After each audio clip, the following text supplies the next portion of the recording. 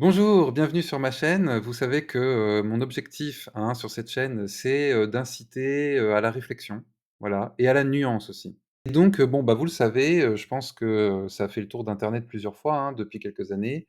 Mais il y a des personnes, des influenceurs, même parfois des politiques, alors en général plutôt à gauche, hein, c'est-à-dire, ben, plutôt dans mon propre camp en fait, hein, qui, proposent à la censure un nombre grandissant d'auteurs et de grandes figures, de la culture française. Donc, je pense à Voltaire, à Céline, à Victor Hugo, bon, parfois, c'est aussi des personnages comme Napoléon, Gandhi et cetera, mais là, aujourd'hui, on va parler surtout de littérature. Tout le monde en prend pour son grade et je sens chez certaines personnes une très, très forte envie d'effacer le passé, voilà, faire un peu de table rase, et de n'enseigner finalement plus que ce qui est récent. Ce qui est récent, c'est-à-dire, ce qui est dans vraiment la vague, la grande vague qu'on a en Occident là depuis les années 2000 et encore plus depuis les années 2010, qui veut anéantir toute forme d'intolérance et qui veut que règne dans le monde, à commencer par l'Occident, ben, la tolérance, voilà, tout simplement. Je pense que alors de mon point de vue, c'est un peu brutal, hein. Parce que je vais essayer de montrer dans cette vidéo que, vouloir effacer le passé, bah, c'est pas si intelligent que ça, en fait. C'est même, de mon point de vue, stupide. Après, je vais pas dire que les gens qui demandent ça sont stupides, hein. En fait, on peut tous avoir des idées stupides, même quand on est intelligent. C'est ce que je dis souvent à mes élèves. Je dis: «Même quelqu'un d'intelligent, s'il se relâche, s'il se laisse aller pendant 5 secondes, il peut être parfaitement bête». L'intelligence, c'est un effort permanent, voilà et donc aujourd'hui, on va essayer de faire un effort, voilà. Alors je comprends. Il faut toujours commencer par comprendre, hein. Je comprends un petit peu, de quoi ont peur, les gens qui veulent censurer le passé. Ils ont peur tout simplement, de perdre, une lutte d'influence, en fait. C'est-à-dire que quand on lit, un auteur, il nous embarque dans son univers et on devient totalement à ce moment-là, hein, on est ouvert à ce qu'il va nous dire et donc évidemment, on va être influencé. Voilà. D'autant plus si c'est un auteur qui est présenté comme un exemple, un modèle, quelqu'un qu'on doit admirer, comme, Voltaire, ben, par exemple, voilà. On dès le plus jeune âge, dès le collège, on nous encourage à admirer Voltaire et donc voilà, certaines personnes ont peur que, des gens, ben, admirent Voltaire, voilà et puis qu'un jour, ils se rendent compte que, Voltaire est antisémite et puis que par admiration, par, mimétisme, ils se mettent à être antisémites eux aussi. Ils se disent: «Ah bah, si quelqu'un d'aussi génial que Voltaire était antisémite, c'était peut-être pour des bonnes raisons». Voilà. Je pense que cette peur est infondée. Enfin, très, très, très largement infondée. Elle est pas 100 infondée, mais en tout cas, ça ne motive pas du tout pour moi une censure. Enfin, voilà. Alors, bon, je commence déjà à partir dans tous les sens. Hem, je vais quand même faire un petit disclaimer. Je veux dire, en général, les gens comme moi qui veulent, défendre les anciens auteurs, bah, en général, ils le font mal, voilà. En général, quand ils cherchent à défendre les anciens auteurs, ils commencent par minimiser, voire contester les faits. Voilà, ils disent: «Non, mais c'est pas vrai, il était pas si antisémite que ça», ou alors pour, parler d'un autre auteur, ils vont dire: «Il était pas si, sexiste que ça» ou «Ça va, c'est pas si grave» ou des choses bon. Alors, dans cette vidéo, hein, d'autant plus que je vous ai déjà avoué que j'étais, plutôt de gauche, hein, humaniste de gauche en tout cas, enfin humaniste surtout, voilà. Donc moi, je vais pas partir là-dedans.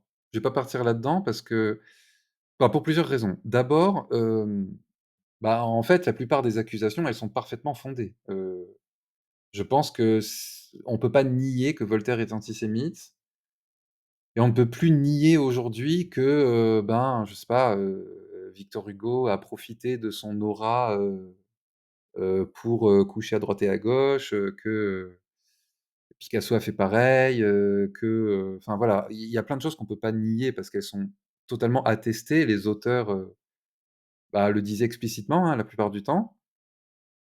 Donc ça, c'est la première raison pour laquelle je vais pas, nier les faits. La deuxième raison, c'est que j'estime que, vérifier les faits, c'est un travail de spécialiste. Voilà. Je ne suis pas spécialiste, je suis ni chercheur en littérature, ni historien et la plupart des gens qui donnent leur avis, sur la question, ne le sont pas non plus.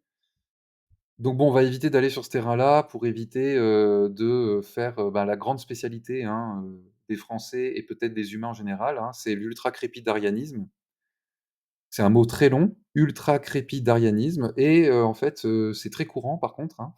C'est la tendance à, prendre une posture de spécialiste, sur des sujets sur lesquels on n'est pas du tout spécialiste. Voilà, donc pour ce qui est de vérifier les faits, je vais laisser ça à d'autres personnes et enfin, dernière raison, alors ça, c'est spécialement pour la vidéo, c'est que pour moi, aujourd'hui, c'est beaucoup plus intéressant de partir du principe que les accusations sont vraies. Voilà. Parce qu'en fait, même quand on admet que toutes les accusations concernant tous ces auteurs soient vraies, bah, il y a quand même pas motif à censurer. Voilà. Donc vous comprendrez que ça, c'est réglé. On va admettre que tout est vrai. Voilà. Hem, donc 1er point, dénoncer, c'est bien. Mais est-ce que juger les gens, c'est bien? Est-ce que c'est pertinent, en fait? Voilà. Franchement, quand j'ai fait mes études littéraires, mes enseignants ne m'ont pas dit, hein, que Voltaire, Balzac, Céline et plein d'autres auteurs étaient antisémites. Est-ce que j'ai ressenti une trahison? Pas du tout. Franchement, il faut vraiment faut vraiment, un peu exagérer quand même pour accuser les enseignants de cautionner l'antisémitisme, parce qu'ils ne disent pas aux enfants que les auteurs sont antisémites. Et réfléchissez un peu 2 secondes. Je veux dire, de quoi on accuse le plus les enseignants aujourd'hui? En tout cas, chez les gens d'extrême droite? Bah, d'être islamo-gauchistes, en tout cas gauchistes, gauchias, enfin tout ce que vous voulez. Ça, pourquoi? Bah, parce que les enseignants sont en première ligne pour enseigner la tolérance, en fait. On fait que ça. Les enseignants de lettres, on ne fait que ça, tous les ans, toute l'année, enseigner la tolérance. Donc franchement, c'est pas du tout parce qu'on cautionne l'antisémitisme de Voltaire qu'on n'en parle pas aux élèves. Bon, alors déjà, il y a tous les profs qui étaient même pas au courant avant une date récente, parce qu'eux-mêmes ont eu des profs qui l'ont pas dit, qui ont eu des profs qui l'ont pas dit, qui ont eu des profs qui l'ont pas dit. Voilà, déjà. Est-ce que les enseignants étaient au courant? Surtout ceux des générations précédentes? J'en mettrai pas ma main à couper. Voilà, parce que vous savez que pendant des siècles, il y a eu une espèce de tradition, hein, qui descend directement des Romains, en fait, hein. C'est vraiment civilisationnel, c'est-à-dire qu'on a une très forte tendance à, transformer des grandes figures du passé, en modèles, parfaits. Voilà. C'est-à-dire que, on avait une forte tendance à idéaliser, tous les grands noms du passé et donc on a camouflé, d'abord volontairement, puis après involontairement puisque, ben, il y a eu tout un paquet de générations qui n'a pas appris les côtés obscurs, on va dire, des célébrités et donc qui, tout à fait sincèrement et tout à fait, je veux dire, innocemment, ont enseigné aux élèves comment et pourquoi admirer comme, des exemples, des modèles parfaits et ben, des gens comme, Alexandre le Grand, Napoléon, Voltaire, Victor Hugo et cetera et cetera. Bon, mais maintenant on sait. Maintenant on sait. Alors pourquoi on n'en parle pas toujours aux élèves? Parce qu'en fait, on leur enseigne autre chose, hein. Au collège et au lycée, on se focalise sur, vous le savez très bien, la grammaire, les figures de style, les procédés d'écriture, les courants littéraires, les genres, enfin tout un tas de notions qui sont très importantes pour analyser les textes, et voilà, heu, on se consacre à ça. Voilà.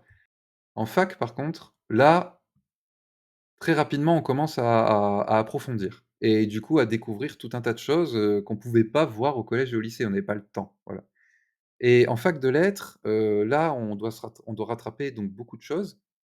Je me souviens que j'ai eu l'impression de partir de zéro moi, hein, après le bac, tellement j'ai appris d'un coup un milliard de choses, en littérature. Bah, ça s'appelle se spécialiser tout simplement, hein.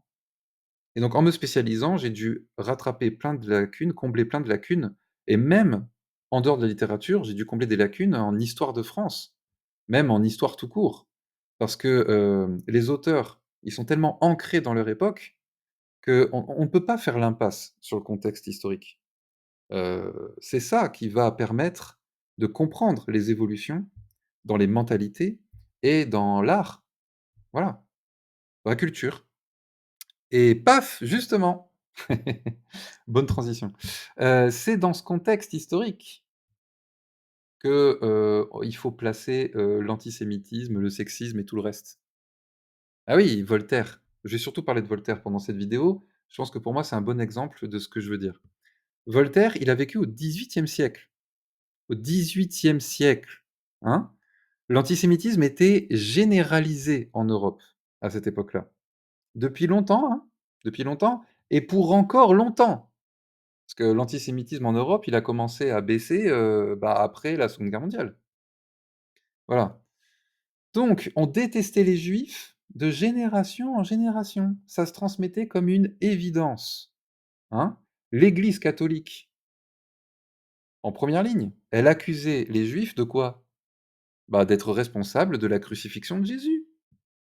Pour ceux qui connaissent pas du tout Jésus, vous essayez de trouver un résumé des évangiles, hein, Jésus est amené devant le Sanhédrin, c'est-à-dire le grand conseil, des juifs là, politiques et religieux en même temps, et le Sanhédrin a livré Jésus aux Romains pour qu'il se fasse crucifier, en tant que fauteur de troubles. Bon, donc ben, ça, il y a de la rancune, hein, une rancune qui a duré, presque 2000 ans quand même, voilà. Elle accusait aussi les juifs, de, pratiquer le commerce, la finance, ben, le métier d'usurier et même les banques après, à partir du 16e-17e siècle. Donc, ça, c'était des activités qui, à l'époque, étaient pas jugées très catholiques non plus, hein. On diabolisait, hein, le commerce et la finance, dans les siècles passés, voilà. Et si vous ajoutez à cela de la jalousie et le racisme ordinaire qui va forcément amener les gens à haïr tout ce qui est différent d'eux, eh bien, vous avez tous les ingrédients nécessaires à un antisémitisme, complètement, consensuel, en Europe, au XVIIIe siècle. Donc en fait, ce n'est pas Voltaire qui était volontairement antisémite, c'était la culture française de l'époque qui était antisémite, la culture européenne, occidentale qui était antisémite. D'accord?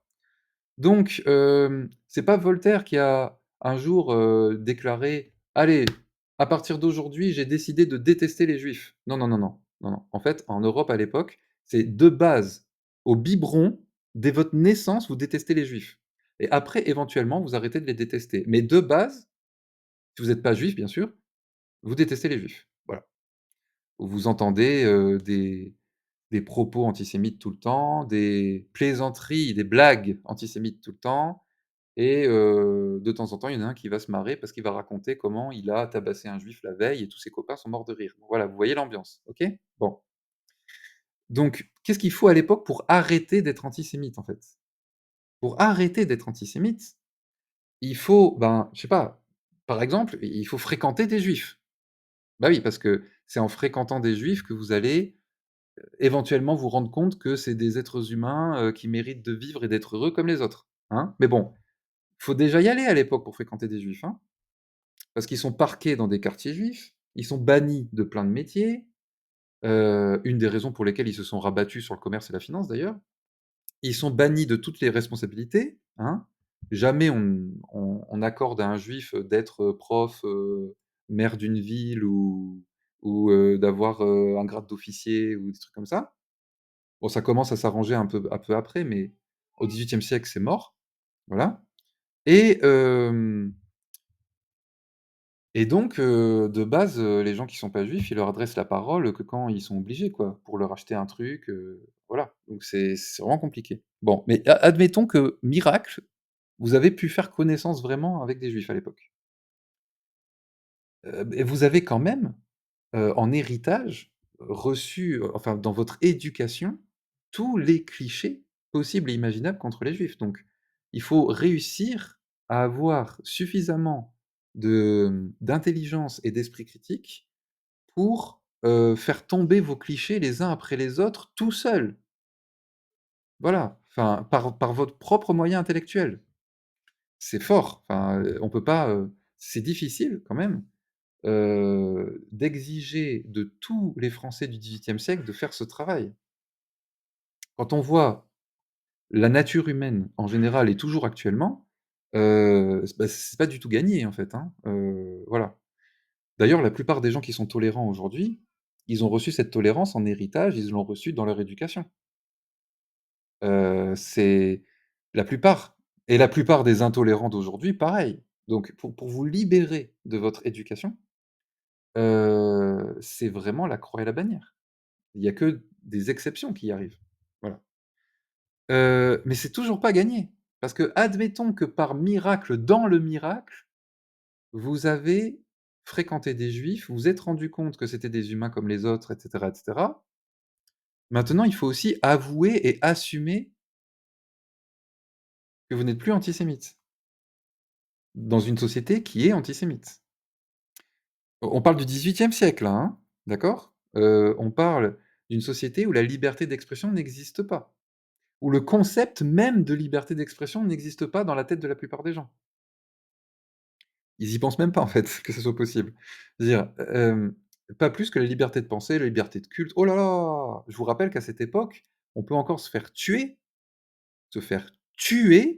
parce qu'on n'a pas été un bon catholique en France. Mmh? Quand je dis se faire tuer, je parle pas forcément, de la justice, hein. Bon, la justice a condamné à mort des gens qui avaient pas été des bons catholiques, hein, comme, le fameux chevalier de la Barre, qui s'est fait torturer et exécuter parce qu'il avait pas, enlevé son chapeau lors d'une procession, religieuse. Mais, heu, je parle de se faire tuer, pas seulement par la justice, mais même carrément, par des gens. Un groupe de villageois dans votre village, peut décider un soir de venir vous casser la gueule parce qu'il vous a vu, parler avec des protestants.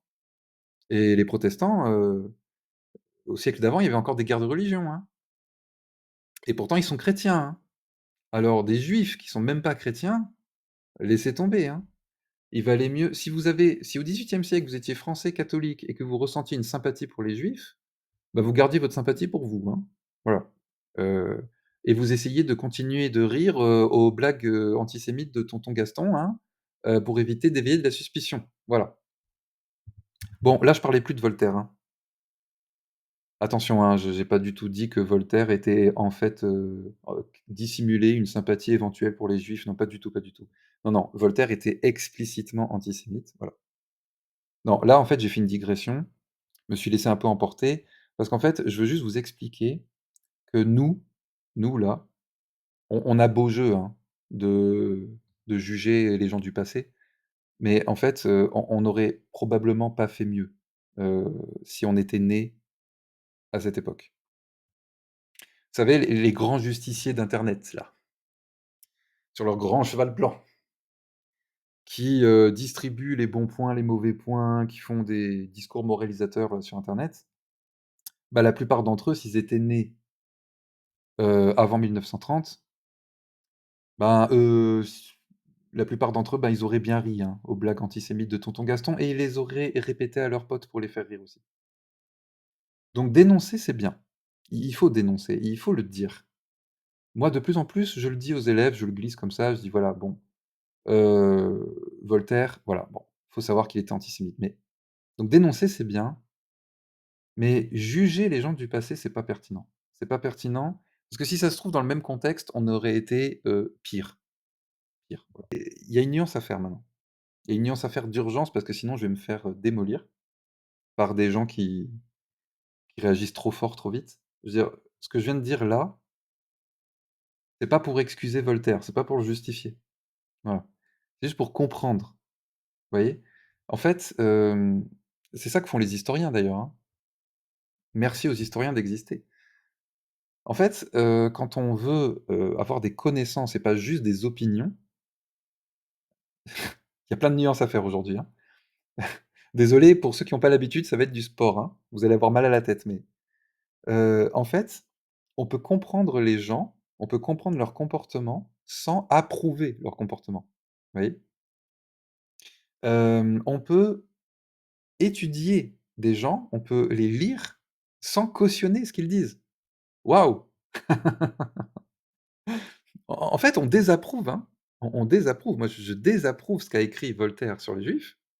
Un peuple barbare, où il y a les Juifs, ils leur principale, préoccupation, c'est de détester les autres peuples ou je sais pas quoi. Bon bref, n'importe quoi, il dit n'importe quoi sur les Juifs. Je cautionne pas du tout, je dénonce, je désapprouve, voilà, vous êtes contents? Tout va bien. J'explique comment fonctionne l'humanité, d'accord? Comme ça, on comprend, voilà.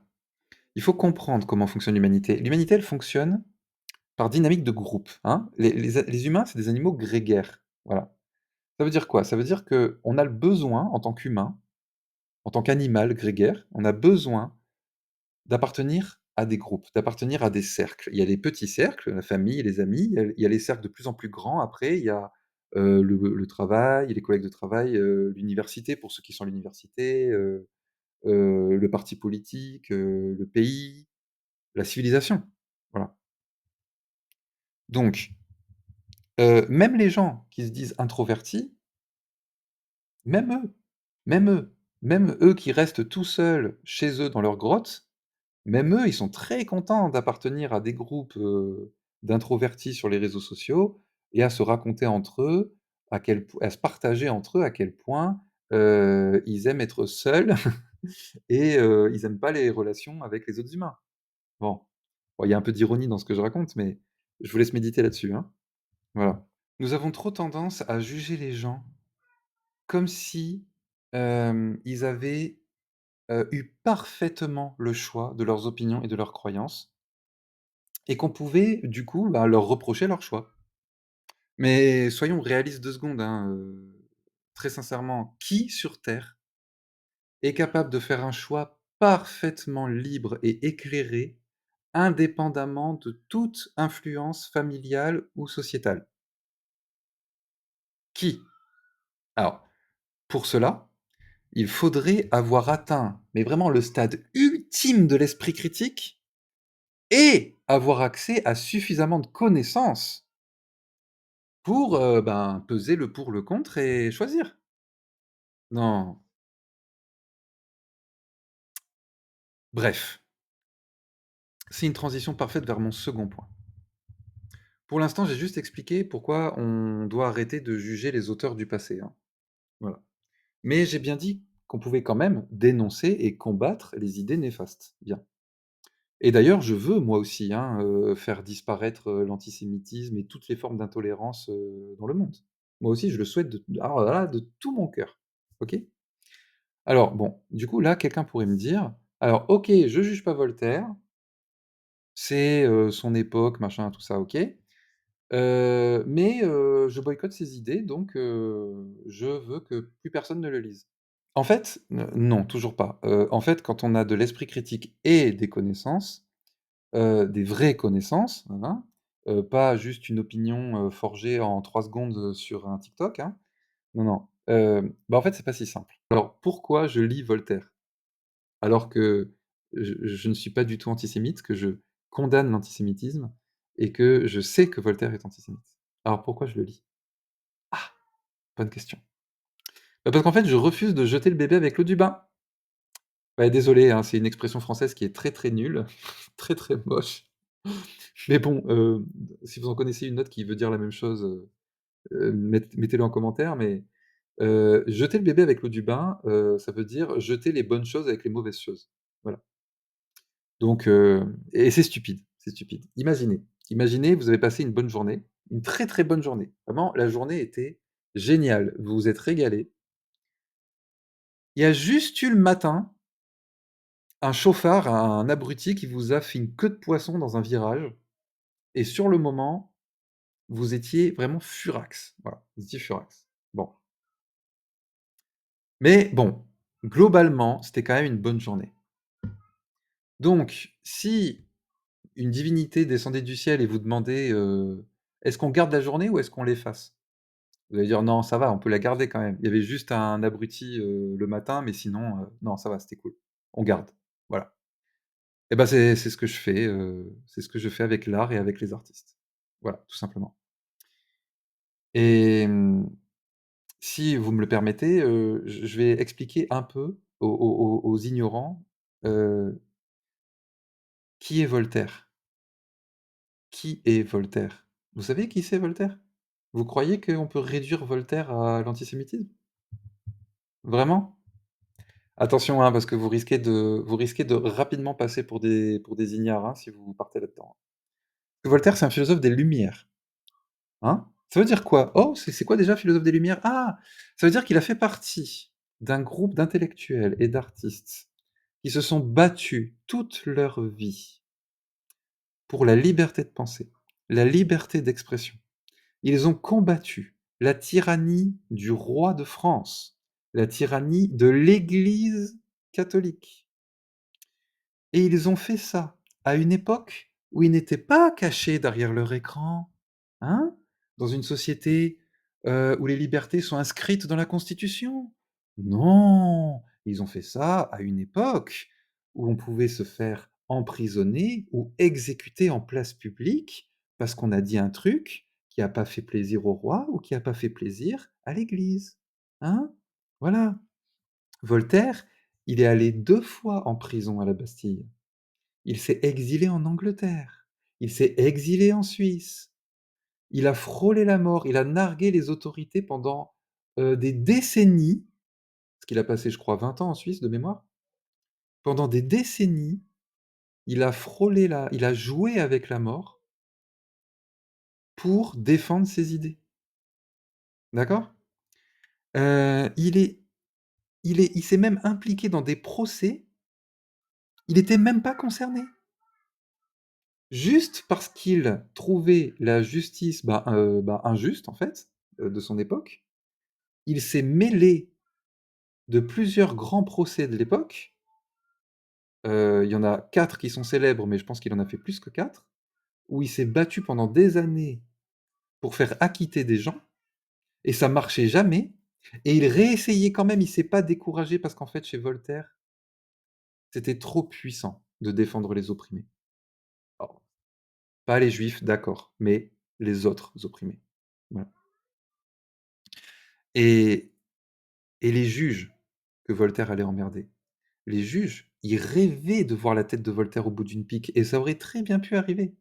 Et Voltaire savait que les juges rêvaient de ça et il savait que ça pouvait arriver, il a continué quand même. Mmh.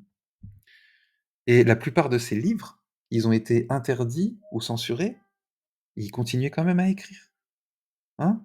Il a condamné l'esclavage des Noirs en Amérique. Il était anti-esclavagiste. C'est prouvé et on peut lire ça dans Candide, hein, il y a pas de problème, hein. Pensez pas que je raconte, des bêtises, hein. Il a écrit le traité sur la tolérance. Historiquement, c'est une première, d'accord? Quelqu'un qui met la tolérance en haut des priorités, des principes de vie.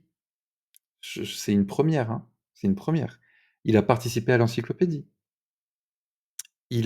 L'encyclopédie, je vous rappelle, c'est la première encyclopédie, celle du XVIIIe siècle, hein. C'est la toute première et c'est la première qui vise explicitement à répandre, à transmettre la connaissance, au peuple.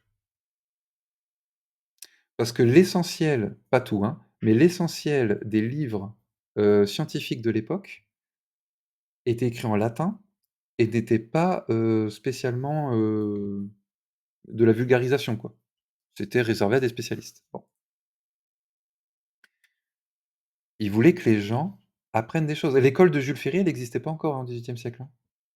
L'école, république laïque, enfin pardon, l'école gratuite et laïque pour tous, non. Non, non, ça n'existait pas et avec ses écrits et ses prises de position, il a inspiré directement la Révolution française et la Déclaration des droits de l'homme et du citoyen. Alors pas que lui, hein, les philosophes des Lumières en général, mais il en était et c'était une des principales figures des philosophes des Lumières. La principale figure, en fait. Voilà. Alors, d'accord, il était antisémite et c'est inexcusable, je suis d'accord, rassurez-vous, tout va bien. Bon, mais donc voilà, il avait des défauts. alors l'antisémitisme, c'est plus qu'un défaut, hein, c'est carrément un crime de notre point de vue aujourd'hui. Mais si je veux parler de défaut, je peux parler du fait qu'il était, bah, impertinent, tête à claque, irrespectueux envers les religions. Enfin, il a dit des horreurs sur les chrétiens, les musulmans, bah, les juifs du coup et cetera. Il a critiqué Leibniz sans avoir rien compris à Leibniz. Il a critiqué le discours sur l'origine de l'inégalité parmi les hommes de Rousseau, alors que manifestement il avait rien compris au discours, écrit par Rousseau. Bah, Rousseau qui était loin d'être un ange aussi, hein, mais qui lui aussi, voilà, en fait, j'aurais pu très bien parler de Rousseau à la place de Voltaire, mais bon, on reste sur Voltaire. Voilà. Donc, OK, Voltaire a raté plusieurs occasions de se taire. OK,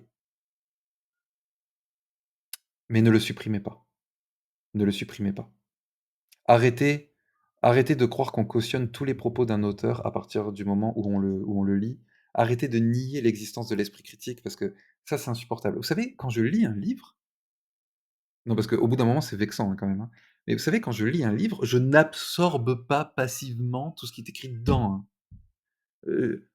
Incroyable, je vais vous surprendre peut-être, mais je fais le tri. Oh! C'est incroyable, enfin, franchement. Je garde ce qui me plaît, je laisse de côté, ce qui me déplaît, voilà. Vous imaginez, avec tout ce que j'ai lu de tous les siècles, même de l'Antiquité, parce que je suis spécialiste de lettres classiques, c'est-à-dire de littérature française, latine et grecque. Vous imaginez la quantité de choses sexistes, racistes, homophobes, grossophobes, enfin, la liste est trop longue. Tout ce que j'ai lu, vous imaginez même pas. Et pourtant, je ne suis rien de tout cela. Rien du tout. Par quelle magie cela se fait-il? Bah, écoutez, je vais vous dire un truc. Lire, ça ne fait pas disparaître l'esprit critique. Au contraire, ça le développe. OK, sauf peut-être chez des gens qui ne veulent lire que certains livres, totalement intolérants. OK, bon, d'accord, d'accord. Mais, globalement, on va dire que les gens qui ont eu une approche un peu généraliste de la littérature et qui ont ouvert leur esprit, leurs yeux, leurs mains à, à quelque chose, enfin voilà, de large et qui incluait beaucoup d'opinions, beaucoup de croyances, bah, en fait, ils en ont juste retiré de l'ouverture d'esprit et de la tolérance. La plupart des lecteurs, des vrais lecteurs, sont des gens tolérants. La plupart, hein, voilà, il y a toujours des exceptions. Voilà, donc je déplore l'antisémitisme de Vo en conclusion, je déplore l'antisémitisme de Voltaire. Je le dénonce et pourtant je remercie Voltaire. Voilà. Ce mec est un monument de l'histoire de la France et même de l'Occident.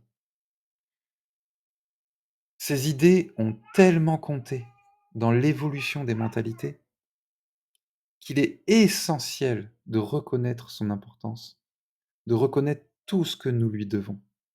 Pensez-y, c'est peut-être grâce à la liberté d'expression qu'il a souhaitée pour les générations futures, c'est peut-être un peu grâce à lui, mmh, et à tous ses collègues du passé, que vous avez le droit aujourd'hui de critiquer tout ce que bon vous semble sur internet, y compris Voltaire lui-même.